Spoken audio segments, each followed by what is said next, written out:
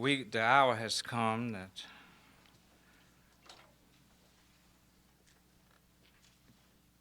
we're coming to hear from our president at his annual address. I don't know what he got in store. He may just have a pep talk for us today. I'm just not sure. But whatever help he got for us, we are here to receive. Amen. Deacon Franklin has been a good friend. I know that he's a man of God. He do what he say he's gonna do. He or try to help you in any way that he can. As long as I've been vice president, I can call him. Don't matter what time, I could call him and tell him about a few things, and he can get me on the right path. So that's a good friend, a good brother. I just thank God for him. So I don't need to introduce him today. I just present him for being our brother and our president. Amen. So we're going to receive him by saying just, Deacon Franklin, come.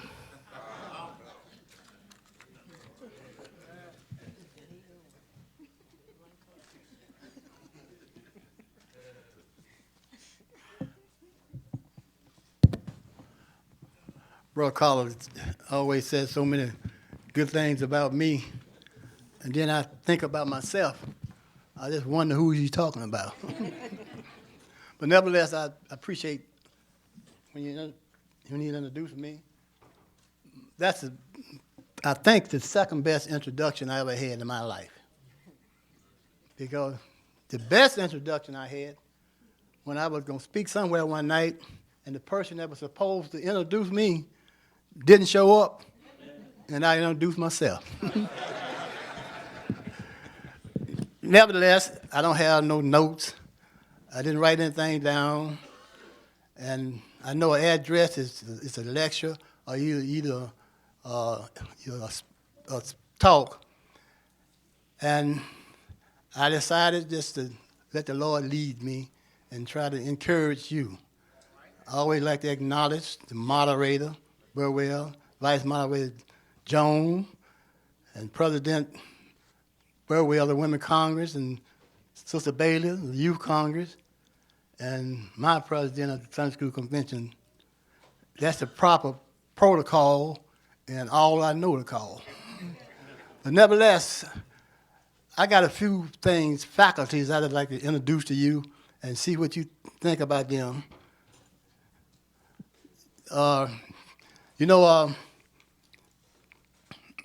First I'm gonna try to explain, or either I want you to probably help me. We have come a long ways in this Sunday School Convention, 96 years, but we still have a long ways to go. And I just wonder, how are we gonna get there, or where do we go from here? That's the first faculty. Where do we go from here? You know, the prophet Jeremiah, as he stood in his day and time, and he looked out over the land in which he lived, and he saw all the inadequacy and all the iniquities of the people. And he raised a very profound question. He said, is there a balm in Gilead? Is there a physician here? And then our foreparents, many centuries later, they came along, and they had nothing to look forward to each day except the long rows of cotton, the sizzling hot sun, and the rawhide whip of the overseers. But they did an amazing thing. They took Jeremiah's question mark, and they straightened it out into the exclamation point. And you could hear them singing well in the evening, there's a balm in Gilead to make the wounded whole. There's a balm in Gilead to heal the sin-sick soul. And when they were saying that verse of that song, another verse would automatically come to their heart. They said, we have seen the lightning flash. We heard the thunder roll. We felt sin breaker dashing, trying to conquer our soul. But we heard the voice of Jesus. Said, stand still. Fight on. He promised never leave us, never to leave us alone. There's the bomb in Gilead. You know, where do we go from here? You know, we have come a long way since the travesty of justice was perpetrated on the American mind. But we still have a long ways to go. And I tell you today, America will never be a great nation, Mr. Trump, until the Negro is given his citizenship rights. The whirlwind of revolt will continue to shake the foundation of this nation until the bright day of justice emerges. But where do we go from here? Well, I tell you, in the midst of killing our young people and our clergymen, and the burning of our home and our churches, and the arrest and the release of known murderers, we still can't stop there. There's still hope. The moral arm of the universe is long, but you know what?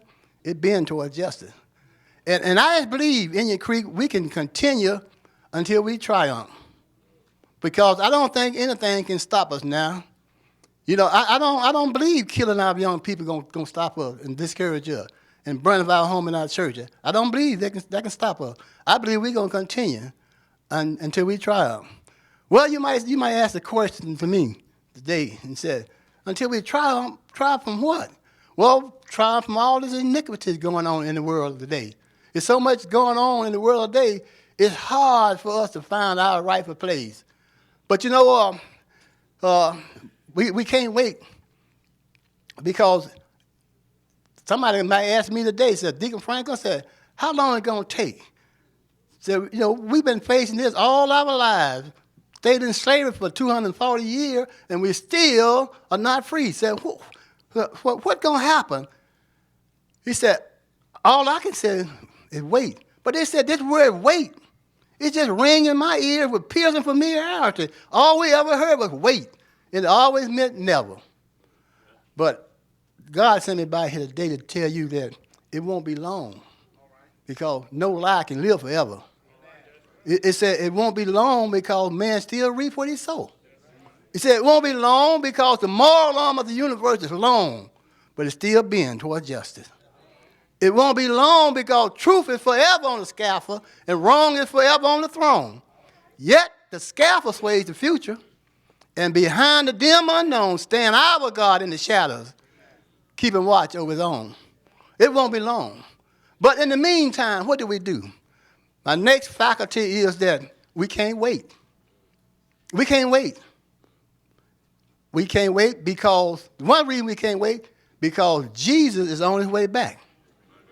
And he said that he is not coming back for the church until the last soul that will be saved is saved. And then he's coming back for the church. But in the meantime, he said, the reason we can't wait, because we have to be busy occupying the church, doing exactly what Jesus was doing when he was here, making disciples. He told me to tell you to lift up your eyes and look out onto the field, for they are white and ready for the harvest. But he said, the labors are few. He said, you pray to the God of the harvest that he might send laborers into his vineyard, because they won't seek, they must be sought. They won't come, they must be brought. And they won't learn, they must be taught. And if it's to be, he said, it's up to you and me. And another reason we can't wait, because the young people are looking for answer to all the vicissitudes of life, and they're looking for answer. And one day they're going to come by here. They try to find it everywhere else. They try to find it in a nightclub. They couldn't find it there. They try to find it in drug abuse, alcoholism. They can't find it there. They try to find it in sex promiscuity. They couldn't find it there. And one day they're going to stop by here. And Moderator Burwell, we must keep the bread of life fresh so we won't leave them disappointed in their greatest hour of need. And then the reason we can't wait, some old man gone through the morning of childhood, through the afternoon of adulthood, and now he's moving toward the evening of life. And the only thing he is concerned with now is death and health. But we have to have the bread of life fresh to let him know that if he loves God, he don't have to worry about death. Because death is not a blind alley that leads man into a state of nothingness, but rather it's an open door that leads to life everlasting. And then there are two things I want you to consider. Are you searching for happiness or are you looking for joy? You can't find happiness. Happiness has to find you. Happiness is a result of your achievement or your success. Happiness comes from how do you feel? Do you have it all right with the world feeling today? If you do, you can be happy. But happiness won't last. Because sooner or later, the law of gravitation and the law of reciprocation are going to set in. That means that what goes around comes around, and what goes up is going to come down. And happiness is going to leave you. But you can find joy. You find joy. You can find joy in anything that goes on in your life. You can come to the church this morning feeling bad and shout all over the church. All you have to do is think about the goodness of God in the land of the living. Apostle Paul said, I rejoice always in the Lord. Now, when Paul said that, he wasn't in Cuba somewhere, out on a yacht down in the Bahamas. He was in the Roman jail, waiting to be executed. But he said, I rejoice always. Joy, you can find it anytime, anywhere. And my next is some faculties of life that you must have in order to live a Christian life in this unchristian world. The first one, you have to have something to do. An idle mind is a devil workshop. The easy way to miss heaven and go to hell, just do nothing. Then Jesus said, work while it's day, because night is coming, and no man can work. It's midnight in the world of day. And then the next thing, you always must have something to say. The Bible said, always be ready to give an answer to any man who asks you the hope that lies within you. Can you tell people why you act the way you act? Or why you do the way you do, or what you believe the way you believe? You know, they own it. You tell them, say, you see my glory. You don't know my story. And the next faculty of life, you got to have something to do, something to say, and you got to have hope. People, when you stop hoping, you die. It's a lot of us now have lost hope, and we are dead while we yet live. You know, we worry about so much. And my philosophy, if you pray, don't worry. And if you worry, don't pray. Worry and prayer cannot sleep in the bed together. You know, worry is just like a rocking chair. It gives you something to do, but get you nowhere. You can get in a rocking chair and sit out on the front porch and rock all day long, and if you don't get up and go in the house and get in bed, you'll be there in the morning rocking. So you have to have hope. Jesse Jackson said, keep hope alive. This story here is a true story. They had a typhoon over in India, and it wiped out an entire village. And when the people that were left got up the next morning, they looked at all the rubbish around there, and one lady, they were crying, and one lady said, all hope is gone. And while they were looking and crying, they heard a baby crying.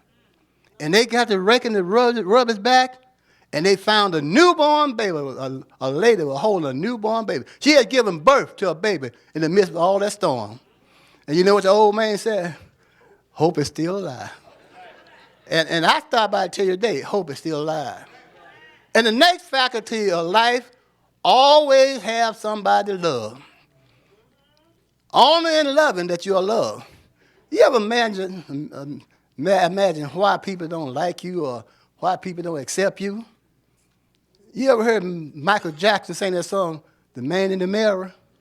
Well, that's the reason. You are not loving, so therefore you can't receive love. Now let me tell you about love. Love is the greatest thing in the world. Love is a word that has many facets of meaning. Some people define love as affection based on admiration and Other people define love as having a warm attachment between each other. But the Apostle Peter, he said, love is above all things.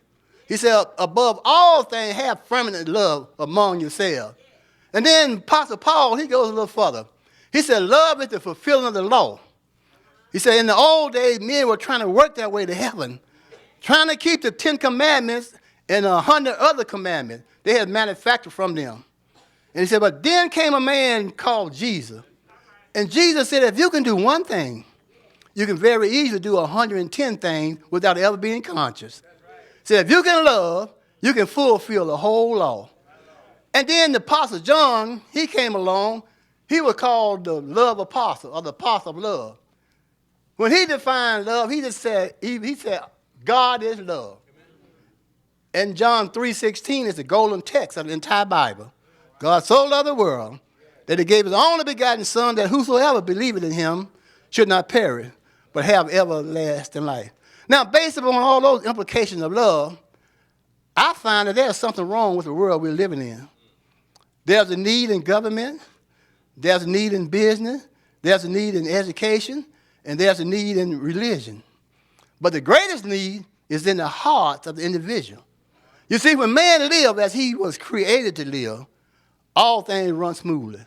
But when he is not living as he was created to live, he has trouble in all phases of society. We were created to live forever and to forever enjoy God. But because of your own stubbornness to go your own independent way, this relationship with God was broken. And you could not get back within the boundaries of God's love, and therefore God had to send his only begotten Son. And Jesus said, I come that thou might have life, and have it more abundantly, and that it might be full and meaningful. Now, you have great men in government, religion, education. They all try to solve this problem, but they all fell short. Great men in government, they have declared the laws of the Constitution unconstitutional. Great men in education and in business, they have changed rules, trying to meet the demands of the minority, only to encounter greater demands. Great men in religion, they have streamlined religion, so trying to gain the interest of the young people in order to save the church. Somebody needs to tell them what Jesus said to Peter out there on the plains of Caesarea. On this rock, I'll build my church, and the gates of hell shall not prevail against it. And then, you know, in these groups, they have outstanding men. They have presidents in these groups. They have educators. They even have some preachers in this group. But Apostle Paul said, though I speak with the tongues of men and of angels and have not charity, I become a sounding brass or a tingling cymbal. He said, though I have the gift of prophecy, understanding all mystery and all knowledge, and though I have all faith, I can move mountains, it profits me nothing. He said, charity suffer long, is kind, it envies not, vaunteth not itself, not puffed up, does not behave itself unseemly, seeketh not her own, rejoiceth not in iniquity, but rejoice in the truth. Thinketh all things, hopeth all things, believeth all things, endure all things. He said, charity will never fail. But if there be prophecy, they shall fail. If there be tongues, they shall cease. And if there be knowledge, it shall vanish away. He said, now we know in part, but then shall we also know, even as we also are known. So Paul summarized that abide, hope, faith, and charity, these three. But he said the greater of these is charity. And my last faculty for you is to live one day at a time. God only gives us one day at a time, and he wants us to live it to the fullest. I remember reading where this young man here, he was a multimillionaire, and he had everything that you could imagine, and he wouldn't share, but something struck him one night in the mind, and he said, I'm going to share my wealth. And he said, tomorrow, I will be the greatest man in the world. Nobody will be better than me tomorrow. He kept saying, tomorrow, if I live, I'm going to take care of my family. I'm going to do this and that tomorrow. But you know what happened? That night, he died, and he faded from view. And all that was left when living was through was a mountain of things he intended to do tomorrow. tomorrow never came. Are you depending on tomorrow? Are you putting off today for tomorrow? I tell you something about it. There are 2 days in every week that should be without worry, without fear and apprehension. And one of those days is yesterday. Yesterday with all its mistakes and all its errors and all its flaws, it's gone. All the money in the world can't bring back yesterday.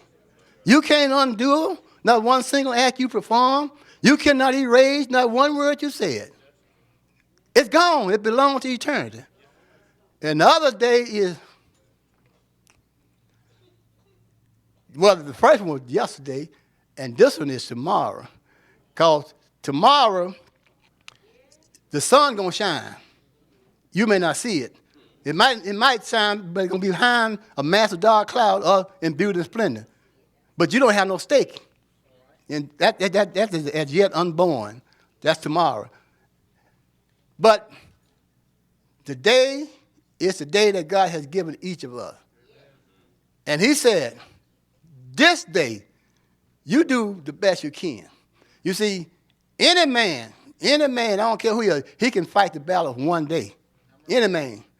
But it's only when you add the burdens of those two great eternities, yesterday and tomorrow, that men break down. It really is not the care of one day that drives men mad. It's the remorse of what happened yesterday and the fear of what tomorrow may bring.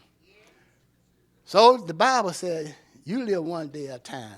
And said, always remember that yesterday is a canceled check. Tomorrow is a promissory note. But today is cash. Spend it wisely. Now, in my conclusion, I tell you, this hard to do, and I've been praying over it.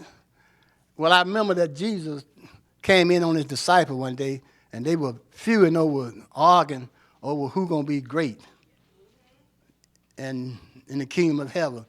And Jesus told them what we ought to tell Trump. Any man can be great because any man can serve. But Jesus told them, he said, boys, don't seek great things in life. He said, things cannot be great. He said, the only greatness lies in unselfish love. So therefore, he said, don't be afraid to be among problems, among difficulties, and among people. He said, this is the stream of life. And out of the stream of life is where your character grows and where men learn to love. He says, it's easy to love them that love you, but what reward have ye? But if you can love your enemies, and if you can pray for those who despitefully use you and speak manner of evil against you falsely, then he said, great is your reward. Then he closed it out by saying, as the clouds playing like little lambs in the pasture of the skies, they never keep that treasure of water to themselves, but they pour them out in beautiful drops of rain to a thirsty earth. As the birds sing songs for others, they also gladden their own hearts with songs. And as the sun burns itself out, trying to light up a world of darkness, everything man do becomes good by doing good to others. Good is a simple word, but it's composed of two simpler words, go and do. And Jesus said, as you go for me and do my commandment, lo, I'm with you always, even until the end of the world. And when Jesus said, I will never leave you nor forsake you, the promise there is so sure and so true that you can read it backward and forward. I never leave you nor forsake thee. The day I forsake not, leave thee, never will I. And this is the hardest thing I ever had to do in my life, to let Indian Creek know that I don't know if this is what God wants me to do or not. I feel like it. Not to enter my name in for president. I've been president so many years, and I feel that it's time for me to pass the baton. And I'd like to say, dear Indian Creek, the time has come when I must part.